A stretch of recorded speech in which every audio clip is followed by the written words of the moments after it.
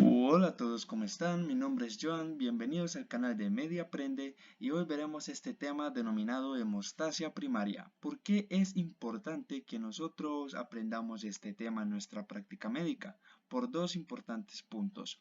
Primero, porque hay un conjunto de fármacos cuyo mecanismo de acción va a ser entendido y comprendido una vez nosotros entendamos y comprendamos, valga la redundancia, este tema de hemostasia primaria.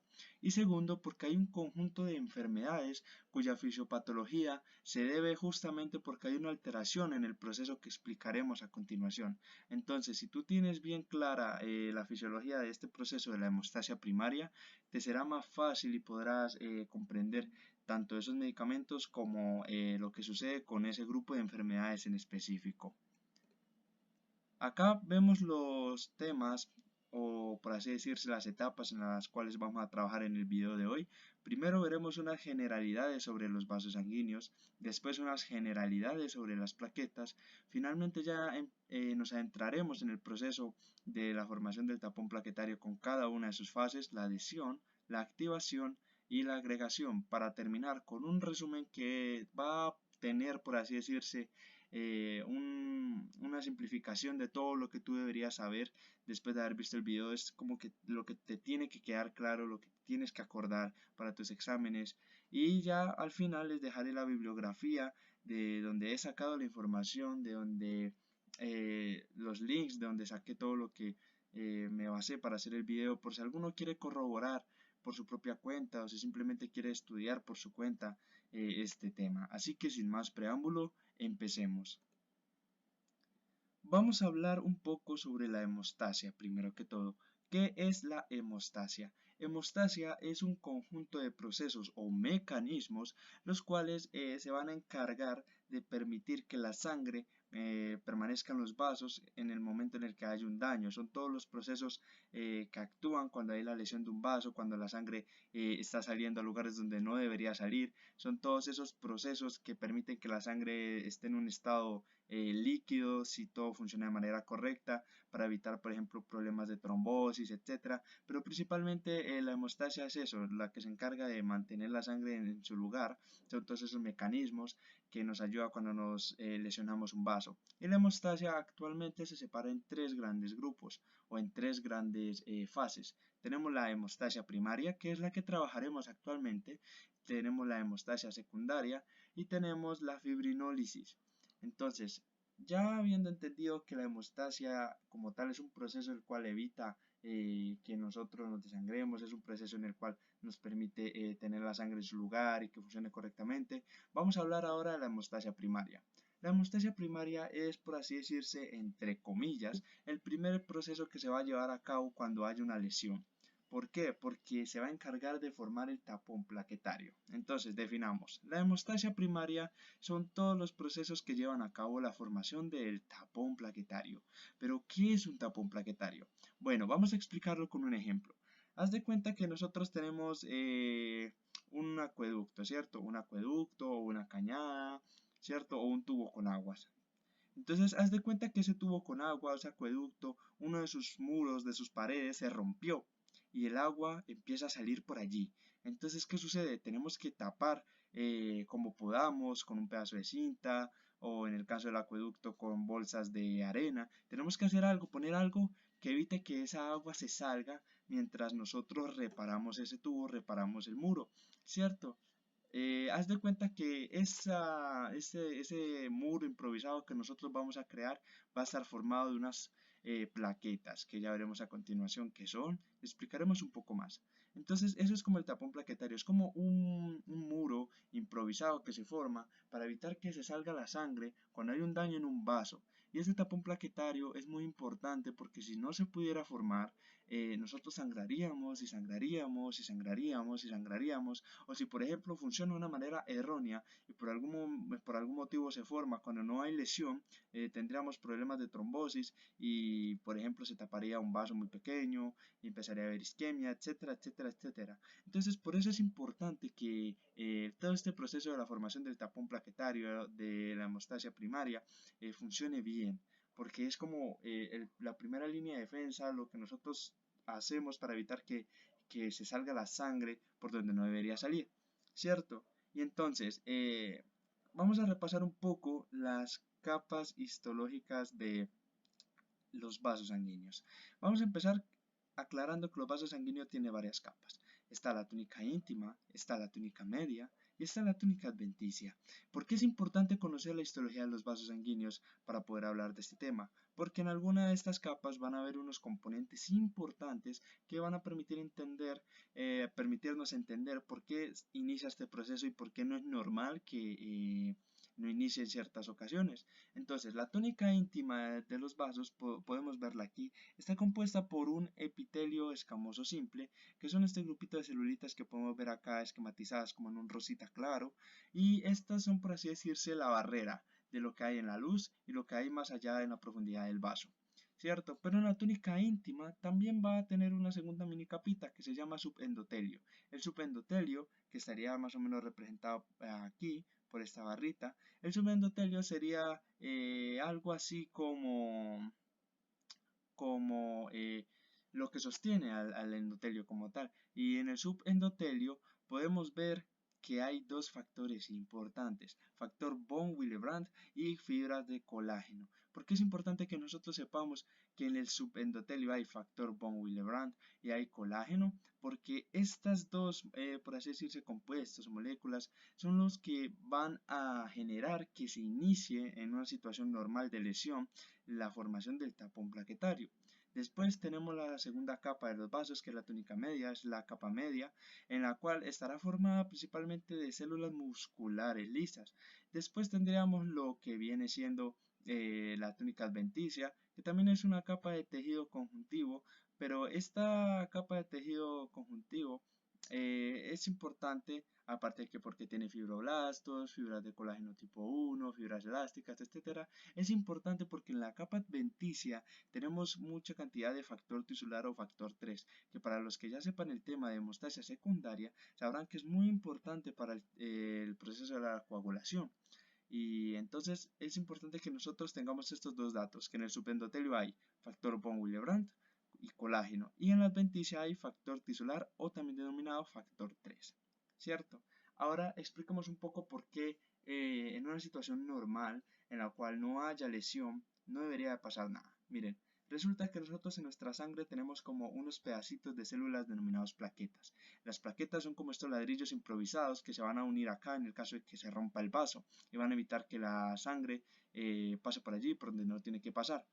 El endotelio, que recordemos que está en la túnica íntima, normalmente produce ciertas moléculas que van a evitar que las plaquetas hagan este trabajo cuando todo está en orden, las cuales son el óxido nítrico y las prostaciclinas. Hay muchas más, pero estas son las más importantes. También incluso con su propia carga eléctrica negativa van a evitar que las plaquetas se agreguen, se activen, que se forme todo lo que viene siendo el proceso de la formación del tapón plaquetario. ¿Por qué? Porque no hay ningún vaso roto, no hay nada. Entonces, ¿por qué se debería formar cuando hay una lesión en un vaso? Resulta que hay dos tipos de heridas en un vaso, las superficiales y las profundas. Las superficiales son aquellas que llegan hasta la túnica íntima, son aquellas que atravesan simplemente el endotelio y el subendotelio, mientras que las profundas atravesan mucho más, llegando inclusive a la adventicia, ¿cierto? Entonces, vamos a poner este ejemplo. Cuando tenemos un daño, ¿cierto? Digamos que se rompe el endotelio, el factor von Willebrand y el colágeno del subendotelio nunca están expuestos a la sangre, nunca están expuestos a la luz del vaso, al contenido de la luz del vaso, jamás. ¿Por qué? Porque recordemos que el endotelio es esa mini barrera que evita que se mezclen estos contenidos. Entonces, cuando el factor von Willebrand y el colágeno están en presencia de la sangre, las plaquetas lo notan y las plaquetas saben que no es normal que eso está allí. Entonces, las mismas plaquetas, las plaquetas son unas cracks, son unas máquinas, porque las plaquetas dicen, esto no está aquí, esto no tiene por qué estar aquí, significa que hay un daño, se abrió el muro, tenemos que ir a taparlo, porque si esto está aquí, significa que la sangre va a salir por donde esto salió también. Entonces tenemos que taparlo, tenemos que evitar que se desangre la persona, nuestro cuerpo, en cada una de nuestras partes, de nuestros vasos. También lo mismo pasaría en la adventicia, sino que entre más profunda la herida, más potente va a ser la activación del tapón plaquetario y más rápida, junto con los procesos de la hemostasia secundaria e incluso la fibrinólisis va a ser un poco más lenta cuando se solucione todo el vaso, etcétera. Entonces, quedémonos con esto, que en el subendotelio hay factor von Willebrand y colágeno que cuando se expone a la sangre activa todo lo que viene siendo el proceso del tapón plaquetario, y entre más profunda sea la herida, más potente va a ser la activación del proceso, incluyendo porque se empieza a actuar el factor tisular o el factor 3 de una vez. Ahora veamos un poco las generalidades de las plaquetas. ¿Qué es una plaqueta? Bueno, la plaqueta no es una célula como tal, son como fragmentos de células, no tienen núcleo. ¿Y por qué digo que son fragmentos de células? Porque resulta que en la médula ósea hay una célula grande denominada megacariocito. Esta como que se fragmenta, se parte, y esos pedacitos, esos fragmenticos van a la sangre y esas son las famosas plaquetas. Las plaquetas por eso no son como tal una célula, sino que son como fragmentos de una célula. Y las plaquetas podrían ser muy complejas, pero podríamos decir que tiene un granulómero, dos sistemas tubulares, etcétera, etcétera, etcétera. Podríamos hablar de todo el contenido de sus gránulos y así, pero para el tema de hoy solo vamos a decir lo importante. Las plaquetas tienen tres tipos de gránulos, tienen un sistema enzimático y tienen unos receptores que van a actuar en esta situación. Así que empecemos. Las plaquetas en sus tres tipos de gránulos son los gránulos delta, los gránulos alfa y los gránulos gamma. Entonces tenemos que los gránulos delta son aquellos que van a facilitar la agregación y adhesión plaquetaria por el contenido que tienen. ¿Cuál es el contenido más importante del gránulo delta? El ADP. ¿Por qué? Porque más adelante cuando veamos el proceso veremos que el ADP es importante para la activación y estimulación de la agregación plaquetaria. Entonces quedémonos con esto, que los gránulos delta facilitan la agregación y adhesión plaquetaria y son los que contienen el ADP. Después tenemos los gránulos alfa, que son aquellos que van a almacenar factores de la coagulación, y los gránulos gamma, que simplemente tienen enzimas hidrolíticas que se van a encargar de reducir o retraer el tapón cuando ya se solucione el daño en el endotelio, cuando ya se arregle el verdadero muro. Este muro improvisado lo tenemos que quitar porque pues ya no nos sirve. Entonces los gránulos gamma son aquellos que se van a encargar de realizar esta acción. Las enzimas, aparte, también tienen complejos enzimáticos que le van a permitir producir tanto como el contenido de los gránulos como ciertas moléculas que nos van a ayudar más adelante. Pero todos los productos importantes se pueden resumir en dos, principalmente. Hay muchos más, pero los principalmente que considero yo que deberíamos sabernos son estos: el ADP y el tromboxano A2. Y luego tenemos que la plaqueta no solo tiene eso, tiene también unos receptores que son importantes, receptores que nos van a permitir pegarnos a superficie, adherirnos, que nos van a permitir interactuar entre las mismas plaquetas, etc. ¿Y cuáles son estos receptores? Estos tres, tenemos que aprendernos estos tres, porque incluso las enfermedades que les mencioné anteriormente tienen que ver con una deficiencia o ausencia de estos. Tenemos la glicoproteína 1B59. La glicoproteína 1B59 es un receptor de membrana, está aquí en la membrana de la plaqueta, y esta nos va a permitir unirnos la plaqueta al factor von Willebrand. Por eso es que la plaqueta reconoce cuando el factor von Willebrand está en sangre, porque tiene un receptor que lo permite reconocer y la plaqueta dice: "Íscale, yo normalmente no debería captar nada porque el factor von Willebrand está en el subendotelio, está lejos de la luz, etcétera". Bueno, este es el receptor importante que nos va a permitir unirnos al factor von Willebrand. Después tenemos la glicoproteína 6. La glicoproteína 6 es una de las tantas glicoproteínas o receptores que nos va a permitir unirnos al colágeno. Es un receptor que va a permitir a la plaqueta unirse al colágeno subendotelial y adherirse para empezar a construir ese muro. Hay otros receptores, pero en mi experiencia creo que este es uno de los más importantes que nos deberíamos aprender. Y luego tendríamos otro receptor súper importante, que es la glicoproteína 2B3A, que nos va a permitir realizar todo el proceso de la agregación plaquetaria. Este receptor nos va a permitir que las plaquetas se adhieran entre sí, que se peguen unas a otras en un complejo de agregación que veremos más adelante. Entonces, resumiendo, recordemos que las plaquetas son unos fragmentos de células que tienen tres tipos de gránulos, que tienen dos productos importantes, ADP y tromboxano, y tienen unos receptores importantes, la glicoproteína 1B59, que nos va a ayudar a unir a la plaqueta al factor von Willebrand, y luego tenemos la glicoproteína 6, que nos va a ayudar a unir a la plaqueta al colágeno, y la glicoproteína 2B3A, que va a estar intracelular. Esta solo se va a expresar cuando la plaqueta se active, y esta glicoproteína 2B3A va a permitir que las plaquetas se unan entre sí, formando ya ese murito que nos va a evitar que la sangre, por así decirse, se escape por donde no tendría que escaparse. Ahora sí, ya habiendo explicado lo que sucede cuando se rompe un vaso, las capas, las moléculas que hay en cada una, qué es una plaqueta, sus partes importantes para este tema, etcétera, vamos a empezar con todo el proceso de la hemostasia primaria. La hemostasia primaria tiene en sí tres grandes fases. A veces tiene una cuarta que se llama la fase de secreción, pero me gustan más estas tres fases porque en la fase de activación se podría incluir, entre comillas, la fase de secreción, entonces no la veo tan necesaria. Entonces, quedémonos en este video así, que vamos a tener tres fases: la adhesión, la activación y la agregación. Cuando el endotelio ya tiene un daño, cuando el endotelio se rompe, se daña, es disfuncional por algún motivo, tenemos que va a dejar de repeler las plaquetas porque ya no va a producir esa sustancia, ya no va a producir ese óxido nítrico en esta zona, ya no va a producir esas prostaciclinas, ya no va a ayudar con esa carga negativa de la propia célula a repeler las plaquetas, nada. Digamos que todos los mecanismos protectores antiplaqueta, por así decirse, entre comillas, ya van a dejar de funcionar. Entonces el endotelio lesionado no repele las plaquetas. Al no repeler las plaquetas, también el endotelio va a dejar pasar o va a exponer el contenido del subendotelio o de las demás capas dependiendo de la profundidad del daño. En este caso va a exponer el colágeno subendotelial y el factor von Willebrand. Acá es Willebrand, me he equivocado, lo siento. Y entonces, ¿qué va a suceder? Una vez se expone el colágeno y el factor von Willebrand, la plaqueta se va a unir a cada uno de estos con los receptores que mencionábamos anteriormente. Por eso esta fase se llama de adhesión, porque se adhiere la plaqueta.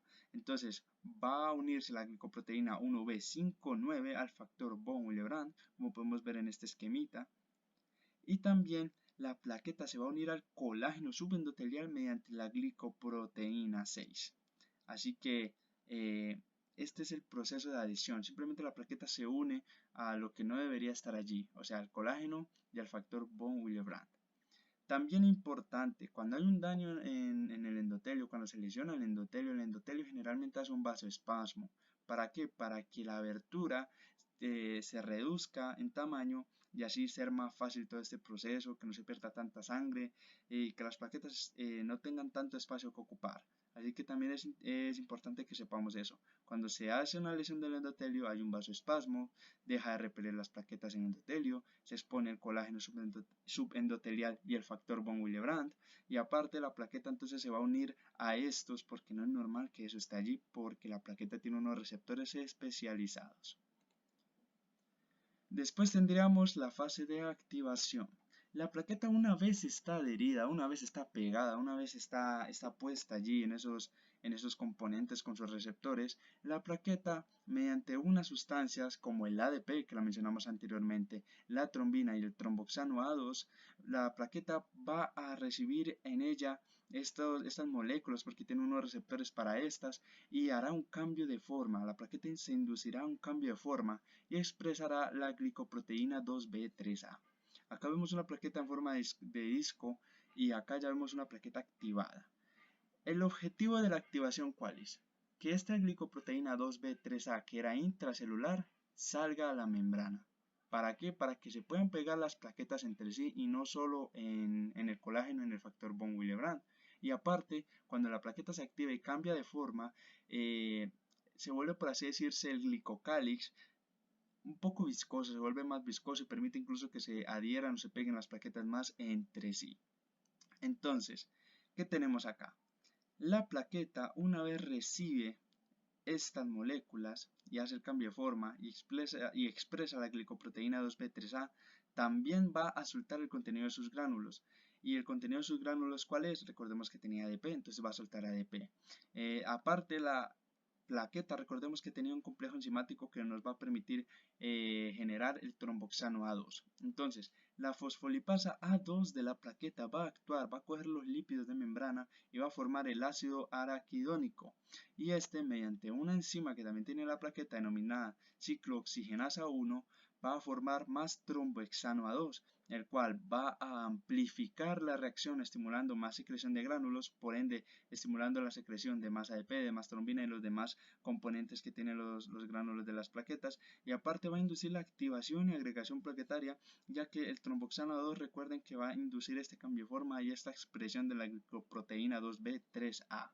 Entonces es como un ciclo repetitivo, un bucle. ¿Y por qué es importante esta fase, por ejemplo? Porque hay un par de medicamentos, solo un ejemplo, pero hay más, hay un par de medicamentos que actúan aquí y que evitan que haya una agregación plaquetaria, por ejemplo en las personas que sufren de eventos trombóticos por algún motivo, etcétera, los cuales son el ácido acetilsalicílico, mejor conocido como aspirina, y el clopidogrel. Por ejemplo, la aspirina es un inhibidor irreversible de la ciclooxigenasa 1, de la COX-1. ¿Qué significa? Que no va a poder producir la tromboxano A2, la plaqueta, por ende las demás no se van a activar, no van a expresar la glicoproteína 2B3A y simplemente el muro no se va a formar, no se va a alcanzar a formar bien. Y tenemos por ejemplo el clopidogrel, que también tiene una función en cuanto a inhibir la activación plaquetaria. Entonces es importante que nosotros sepamos esto porque, por ejemplo, ya cuando veamos más a fondo estos fármacos, para entender su mecanismo de acción, debemos recordar esta teoría. Finalmente, llegamos a la última fase, la fase de agregación.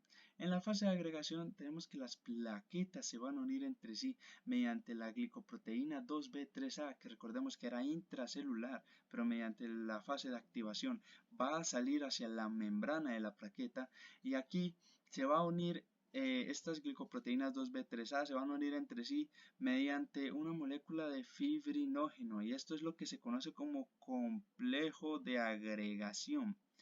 Entonces, la agregación es, por así decirse, que ya las plaquetas están unidas a, por así decirse, al colágeno y al factor von Willebrand, pero no están unidas entre sí, entonces la sangre va a seguir saliendo y saliendo y saliendo y saliendo. Entonces acá es cuando las plaquetas ya se preparan, ya están listas y se unen entre sí. Hagan de cuenta que se agarran las manitas entre sí y así ya formarían lo que viene siendo el tapón plaquetario. Acá se dice que hay dos fases, una reversible y una irreversible. La reversible es cuando las plaquetas se unen, pero no con tanta fuerza y se pueden reconocer individualmente. Y la fase irreversible es que estas ya se unen tan fuertes, hay una fase denominada metamorfosis viscosa que es lo que dijimos anteriormente, que era que cambiaban de forma y el glicocálix se volvía viscoso, entonces se pegan más entre sí y ya quedan irreconocibles y forman lo que denominamos al inicio como tapón plaquetario. Por ejemplo, acá en la fase de agregación también actúa un medicamento que se llama apiximab. Este medicamento, por ejemplo, es un anticuerpo que se une a la glicoproteína 2B3A y evita que el fibrinógeno se una a este receptor y así simplemente las plaquetas no se van a amarrar, entre comillas, entre sí y no se va a poder generar este tapón plaquetario que tanto necesitamos. Ahora, ya hemos visto todo el proceso como tal de la hemostasia primaria, así que hagamos un resumen grande para que nos quede como todo mejor sintetizado, mejor llevado, mejor explicado. Tenemos que la hemostasia primaria inicia en situaciones normales cuando hay un daño vascular, un estímulo. Al haber este daño vascular, se van a perder los mecanismos que van a impedir que las plaquetas actúen. Entonces no se van a repelir las plaquetas. Aparte, también va a generarse un vasoespasmo para generar que la sangre no se pierda a una mayor cantidad debido a que la zona afectada se va a volver más pequeña y así las plaquetas incluso se les será más fácil tapar ese daño porque el agujero va a ser entre comillas menor. Y una vez pasa esto, empezará todo el proceso, ahora sí propiamente dicho, de donde van a actuar las plaquetas, teniendo tres fases: adhesión, activación y agregación. Acá en la adhesión recordemos que simplemente la plaqueta se va a unir a esos factores que no deberían estar ahí, como el factor von Willebrand mediante la glicoproteína 1B59 y al colágeno mediante la glicoproteína 6, que recordemos que estaban en el subendotelio, no tienen por qué estar en la luz vascular. Entonces la plaqueta simplemente se va a unir a estos. En la fase de activación, su objetivo principal es expresar la glicoproteína 2B3A, que va a permitir que las plaquetas se unan entre sí. Aparte va a haber una liberación de gránulos que va a amplificar esta respuesta, teniendo, por así decirse, una mayor eficiencia, un ciclo que se va a repetir Entonces llega a plaquetas, se activa y amplifica y llama más. Llega a la plaqueta, se activa, se amplifica y llama más. Y así para finalmente llegar a la agregación, donde en la agregación la glicoproteína 2B3A ya expresada, que recordemos que esta era intracelular, ya expresada de manera en la membrana, ya que cuando está allí va a permitir que las plaquetas se unan entre sí mediante una molécula de fibrinógeno, ¿cierto? Y eso es lo que se conoce como complejo de agregación. Y eso sería todo, porque ya de aquí empezaría lo que viene siendo la hemostasia secundaria, y para eliminar todo esto empezaría la fibrinólisis. Así que esto sería así como a gran escala lo que te tiene que quedar, lo que tienes que saber de este tema. Finalmente les dejo la bibliografía en la descripción, perdón, también la van a tener, pero por si la quieren ver de aquí, utilicé este libro muy bueno, se lo recomiendo, en especial si están aprendiendo histología, el texto de histología, la cuarta edición de Leslie P. Garner. Es un libro muy bueno, la verdad, yo lo uso prácticamente siempre. Y este par de artículos que también les dejo los links en la descripción, por si quieren corroborar la información ustedes mismos o adentrarse mucho más a este tema, que es más complejo, pero lo importante así que todos deberíamos saber es esto que acabamos de exponer en el video de hoy. Así que sin nada más que añadir, si te gustó el video, deja un me gusta y deja un comentario constructivo, ya sea de qué te parece como expliqué, o si te sirvió, si no te sirvió, etcétera. Así que esto es todo, muchas gracias por haber llegado hasta aquí y me despido.